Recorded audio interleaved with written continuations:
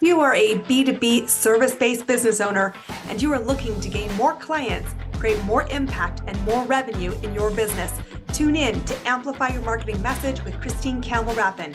Every week, we're going to take you through how to build an audience of buyers, mastering your marketing message, and making offers that convert consistently. We'll see you all on the inside.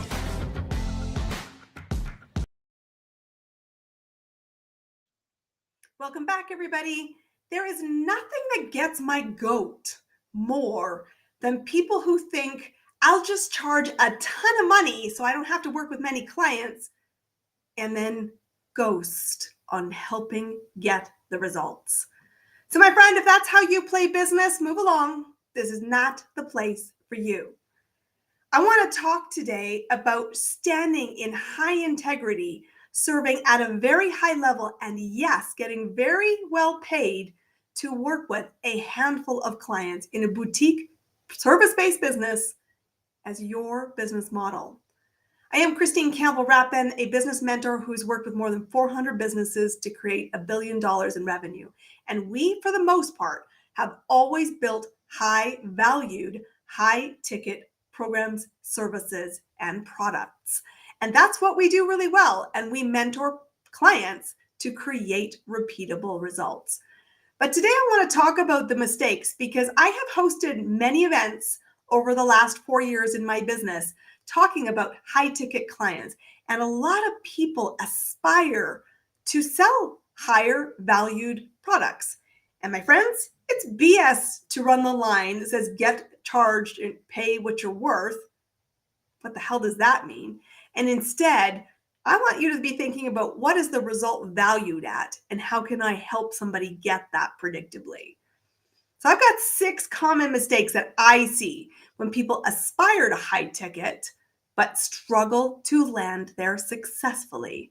And after I tackle these 6 things, I want to remind you what matters to high ticket clients and what they're looking for so that if you decide to go all in this type of business offer, that you do so with integrity and you see predictable results. So the first thing you need to know is that a high ticket client, somebody who spends more than $3,000 or more on your programs or services, that's the benchmark I am using here in this example, and that's the one I use in my business, because a $3,000 decision is one you kind of think a little bit more around versus lesser dollars, is that you think a high ticket buyer will behave the same way that a low ticket high client is going to. And that is simply not the case. And I tell my clients with great pride, you cannot buy a $9 thing from me and end up a $30,000 client. It doesn't happen. I'm not bamboozling you. There's no tripwire. And as a consequence to that, you need to shift your strategy. So the first thing I see as a mistake, time and time again, is that you are relying on social media to find your buyers. Worse yet, most of you think that when you are using social media, the answer is to say, buy my stuff. I'm cool. This is the program. If you want it, come find me, buy my stuff. My friends, this is a colossal mistake. You cannot use social media as the only way to find high ticket clients. Did I just shock you? Let me help you pick your jaw up off the floor. A few months ago, I had an incredible speaker come to one of my events, the Turn On Your Client Waterfall Interactive Workshop Series, which runs twice a year. And he is a master of Instagram. He's helped his clients make $20 million on Instagram. And you're thinking, Christine, you just told me I can't win on social media. I'd like some of that 20 million. And here's what he said that blew my room up. Social media is about awareness. All selling happens off the platform. So don't think that you can grow your business purely on social media. Social media is an awareness tool. It is how you convey character and trust and knowledge and capability. And to a very small degree, 5 to 10% of the time, hey, I've got programs to sell you. But trust me when I tell you, the selling doesn't happen on the platform. So stop relying on social media as your primary objective and platform and strategy if you really want to attract a high ticket client, because it is not social media that will attract them. It is experiences that attract a high paying client. Number 2 is cold outreach with an immediate pitch. I'm smarter than you. You need my services, and here's where you buy it. And oh my gosh, do we see hundreds of that every single week in our business alone. People, especially on Facebook, Instagram, and LinkedIn, cold pitching. It's a waste of time. And whoever has taught you that strategy, I'd be asking for a refund and running as far away from their ecosystem as I can. Because cold outreach that immediately leads to a ask for buy my stuff is as effective as social media is, which is 0. It's not. Okay, maybe 1%. You want to play the odds? 1%. Cold outreach is fine when your goal is to understand what are your needs, what have you tried, what is the gap, and if I have an opportunity to give you an alternate view, would you want that?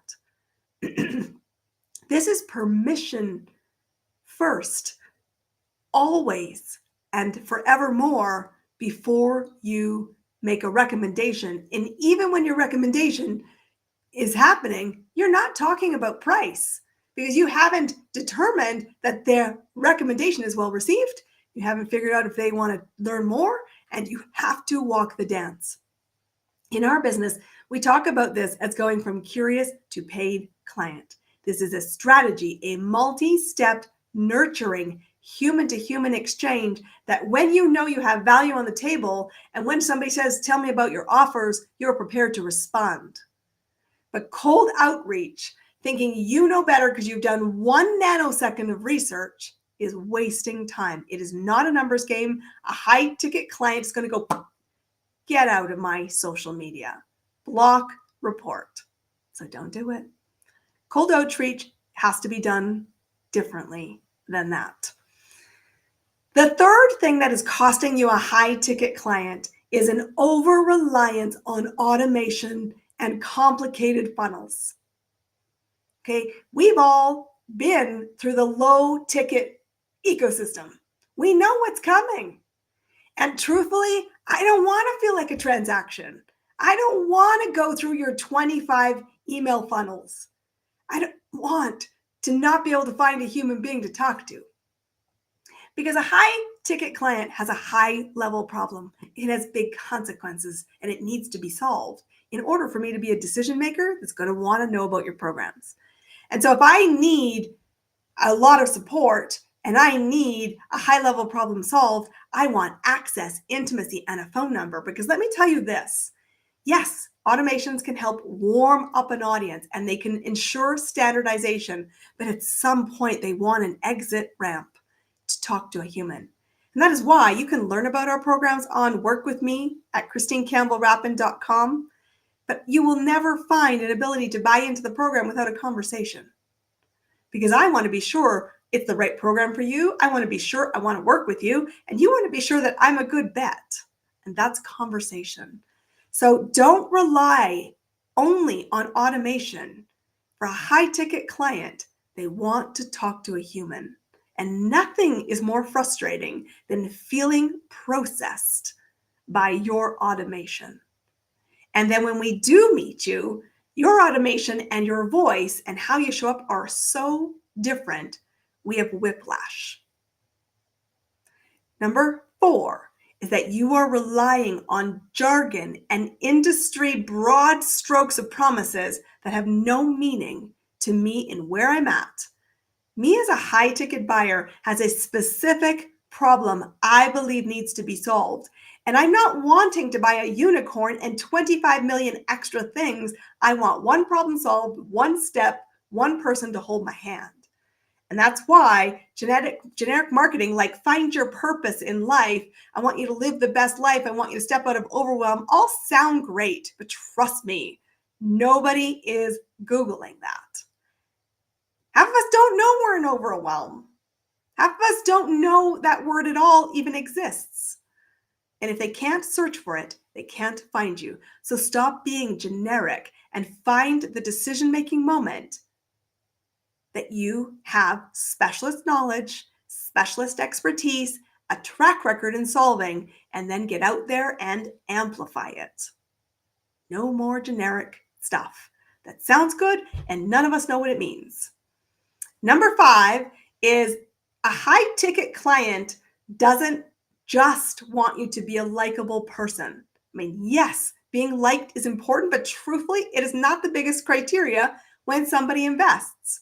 What matters most when we are spending big money is result, experience, respect, and a commitment to communicate. I know as a mentor, there's many days my clients will say, ooh, working with Christine's uncomfortable. You hired me to hold a standard, and that standard is sometimes uncomfortable. But you will always respect me, and my expertise is what you paid for. And yes, as a human being, most days I'm really well liked by my clients. And you can check that out by seeing our testimonials on our website or on LinkedIn or on other social media platforms. We have a good reputation because we are standing in our integrity. But you've got to shift from being a likable expert to understanding what it is they're buying. They're buying certainty and a result and capabilities, and all of that is more important than being liked. Because truthfully, a lot of us will invest in services, maybe we don't like them, but it's necessary, and we swallow the frog to get where we want to go. And number 6 is if you are only talking a good game, but not walking a good game. Social proof is really important. And I get it. Every business starts somewhere. And maybe you don't have yet a catalog of testimonials or a catalog and a history book of past clients in this current iteration of your business. Or simply, you haven't asked for that. But you should be the best walking example of the principles you uphold, for the results you stand for. And trust me, people are watching for that truth tell. So you need to be curating trustworthiness. You need to be curating your social proof. You need to be asking for testimonials. And you need to not just talk a good game, you need to walk a good game. And when you are walking in your evidence, day in, day out, you need to be honest about the challenges and the wins. Because if they only see the highlight reel, again, we have a trust break. Nobody's perfect. We make mistakes. We fall short of our standard. And if you're not falling short of your standard on occasion, your standard isn't high enough. So let me recap where we're at. And then I'm going to flip the switch to inspire you to go after more high-valued, high-touch, high-result clients. There are 6 common ways that you are missing the mark if you are starting to want to handle high-ticket clients. And for this purposes, anything north of $3,000 is what we're talking about. These 6 mistakes show your rookiness. They show that you are not currently investing in high-ticket programs yourself. And they are going to hold you back from getting opportunity to work with high-ticket clients. And when you work in high-ticket clients, you have a beautiful business, low volume, high impact, high result, high revenue. First one, you're posting on social media expecting the social media to do the selling for you. It will not.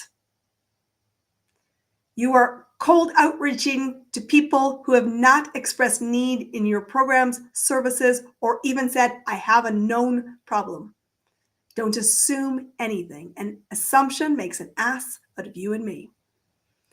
You are using way too much automation for somebody who wants a human experience. You're using generic terms that nobody understands, and I'm not Googling. I want a specialist with specialist knowledge, and I don't see you in that sentence at all. You are likable, but not respected because you're not the most hired resource, because truthfully, I don't hear a strong enough opinion from you. I don't see enough substance beyond the sizzle.